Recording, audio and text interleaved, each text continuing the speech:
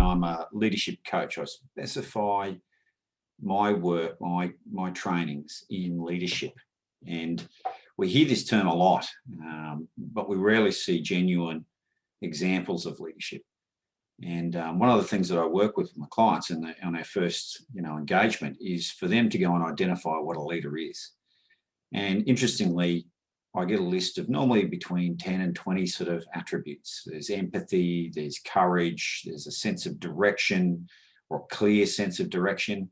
They're good communicators. They're able to uplift their team. They're confident. They communicate really well. Those sorts of things. Now, on the most part, I don't think I've met a client yet that doesn't possess in some capacity every one of those traits. So my question to them, in the first session that we have, is that why is it that we don't display that as a leader? Why do we not see ourselves as a leader?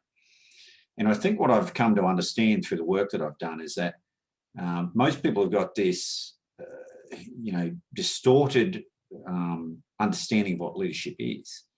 And we look to examples that we've seen in the past and try and emulate their leadership style. That person, whoever it might have been, a famous general like a Caesar or a Mandela or a Gandhi or whatever it happens to be. The reason why those individuals stand out in history is because they presented themselves to the world, all its glory, exactly integral to who they were. They stood for their principles and therefore often the principles of many others, because a great leader needs lots of followers. But they did it because they were integral to themselves.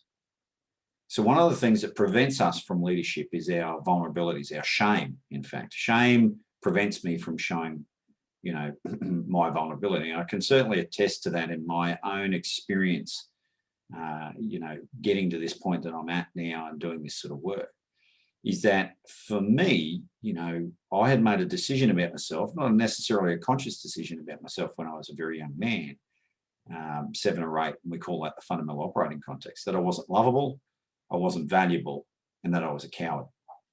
And that had come about through, my own personal upbringing with an abusive father. Now, the cowardly side of things I exercised, but I got rid of that. I certainly became aware that I wasn't a coward, but in my 20s, what that drove me to was a lot of fighting and drinking. In my 30s, what it was being a better human being for my kids and my family. And then confronting the demons that I'd had and made for myself because of my experiences. So I know now that I'm courageous, valuable. I've got, I've run 2 businesses. One was a construction business who employed, plenty of people and subcontractors and did beautiful work.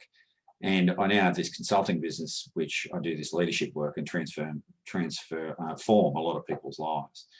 And I know that I'm valuable to the community, but more so to myself and then to my family.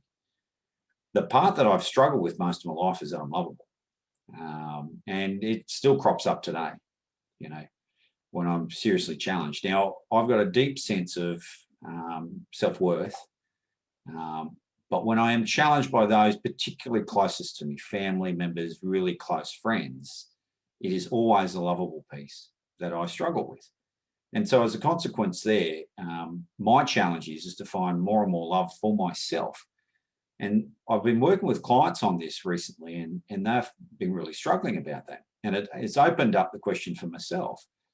And that the question is that how can I focus on me? Isn't that selfish? Right?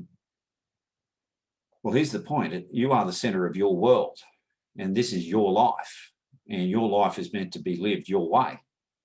And I don't know about you, but I've spent the majority of my life living it the way that other people thought I should live it. I mean, I into the construction industry by default because that's what my dad was in, and that's just the path I took. I didn't want to go into business, into construction. I wanted to go into business. I wanted to be in business school and accounting. All my close friends are accountants. That's what I wanted to do. I'm glad that I went into the construction industry. Spent 30 years there, and I've learned a great, valuable deal of things that I want, that are serving me today in my current capacity. But I had shaped my life on other people's expectations. I don't do that any longer. I live and work in the field that I choose. Every day for me is a joy for the conversations that I hold and the transformation that happens within me, and then sometimes as a consequence within my clients. What gets me to that is that courage piece, the courage to be vulnerable, the courage to share a bit of my story on this session today, knowing that it's going to go out to the world. I have no qualms on doing that. I'm not talking about myself to try and beat myself up and say how good is this guy, or pump myself up. It's about a sharing from an individual's perspective. Leadership is about you displaying yourself to the world in all your glory, and then doing the work that you've been talented enough to be able to go and do, whether it be in the trades, whether it be in the arts, whether it be in commerce, wherever you choose to focus your attentions, but be you along the way.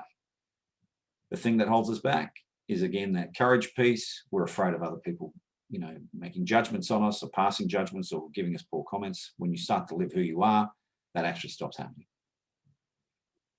I hope that's been helpful for you. There's going to be a series of these that we're doing along the pillars that we work on: the love and value, tell your truth, be responsible, and areas what are preventing us from doing that. So please stay tuned, follow us on Instagram. The links are on the video.